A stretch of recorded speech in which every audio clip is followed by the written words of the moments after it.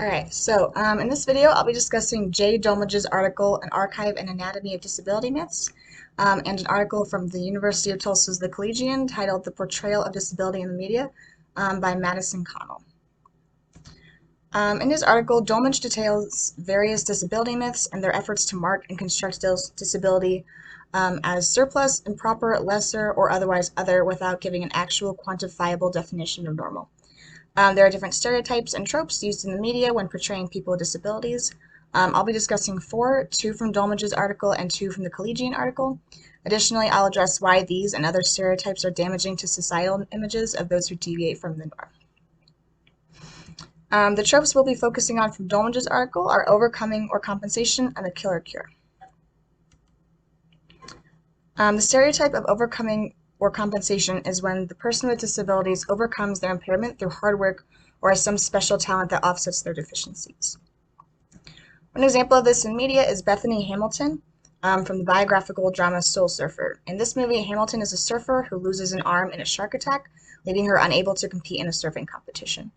After a period of recuperation and through inspirational experiences and perseverance, Bethany re-enters the competition and regains her surfing skills. Dolmage explains that this trope offers comfort to the temporarily able-bodied individual. It offers hope in the idea that disability can be overcome through hard work and willpower. Additionally, it puts pressure on the disabled to compensate by having something that they are exceptionally good at or something extraordinary about them. The killer cure trope demonstrates that a disabled character will either have to be killed or cured by the end of any movie or novel in which they appear. An example of the killer cure trope is the story Flowers for Algernon. This piece tells the story of a man named Charlie who has an IQ of 68 and works as a janitor. Charlie undergoes an experimental surgery to increase his intelligence after the procedure proves successful on a laboratory mouse called Algernon.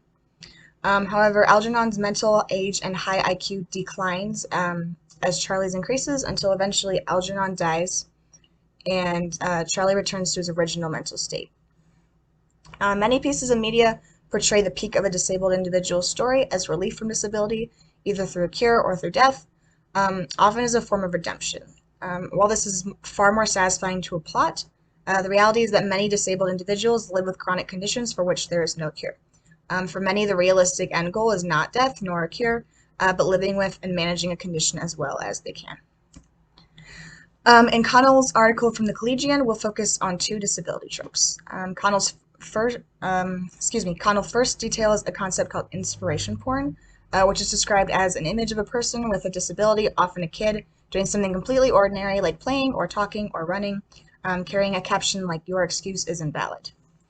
This narrative exists to portray the disabled as an inspiration to able-bodied individuals. The name inspiration porn is analogous to pornography in that the material is perceived as objectifying disabled people for the benefit or gratification of the able-bodied. In the 2013 biographical drama Saving Mr. Banks, two characters, Ralph and the author P.L. Travers, are talking when Ralph shares a bit about his handicapped daughter who uses a wheelchair. He sympathetically explains that he is so often concerned with the weather because she is forced to stay inside unless it is not raining. Travers is portrayed as a sour and particular character and slow to impress, and Jane's handicap serves as a foil to her persistent cynicism. In this trope, the idea is that an individual can do certain things despite their disability. Connell explains that the despite narrative implies that disabled people are generally incapable unless despiting their disability. Similar to overcoming or compensation, it sets the expectation that disability should not prohibit an individual from doing anything that they really commit to. Furthermore, this portrayal of the disabled seeks to invalidate anything that a non-disabled individual might experience by comparing them to another with different problems. Finally, Connell describes hatred for disability from the disabled person themselves. In the 2000 superhero thriller film Unbreakable, the villain Elijah Price, played by Samuel L. Jackson, suffers from osteogenesis imperfecta, causing his bones to be exceptionally brittle and prone to breakage. Price is bullied as a child, and his bitter resentment towards his disability and the pain it has caused him leads him to obsess over finding a superhero counterpart whose physical abilities are on the opposite end of the spectrum. While many disabled individuals struggle to accept or reconcile with their disability, others take great pride in their disability and they see it as part of their identity.